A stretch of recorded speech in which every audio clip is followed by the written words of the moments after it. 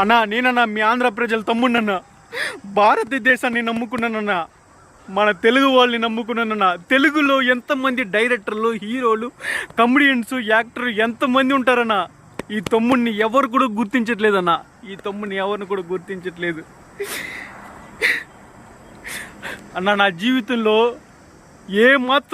ఏమాత్రం సుఖాలు కోరుకోలేదన్నా. కేవలం మా అమ్మకి ఇచ్చిన ఒక్క మాట వల్ల సినిమాలో నటించాలనేది చిన్న ఒక బియ్యం గింజంత సైజులో నేను ప్రయత్నం చేస్తానన్నా. అర్థం చేసుకోండి అన్న. ఇదిగో అన్న, ప్రజెంట్ నేను దిక్కుముక్కు లేకుండా రైల్వే స్టేషన్లో అడుక్కున్నవాడు కన్నా హీనంగా చూస్తున్నారు నన్ను. ఎందుకంటే సినిమాలో నటించాలి అని చెప్పి పిచ్చివాడిని అయిపోయినా. నిజంగా ఈ తమ్ముడు పిచ్చివాడిని అయిపోయినా. నా ఆంధ్ర తమ్ముళ్ళు, నా ఆంధ్ర అన్నీలు, నా ఆంధ్ర అన్నలు, నా ఆంధ్ర చెల్లెలు, నా అక్కలు అందరూ కూడా ఈ వీడియో చూస్తూ ఉంటారు అన్న. తెలుగు వాళ్ళు ఎవరైనా డైరెక్టర్లు ఉంటే ఈ తమ్ముడికి ఒక్క అవకాశం ఇప్పించండి అన్న సినిమాలో అన్న.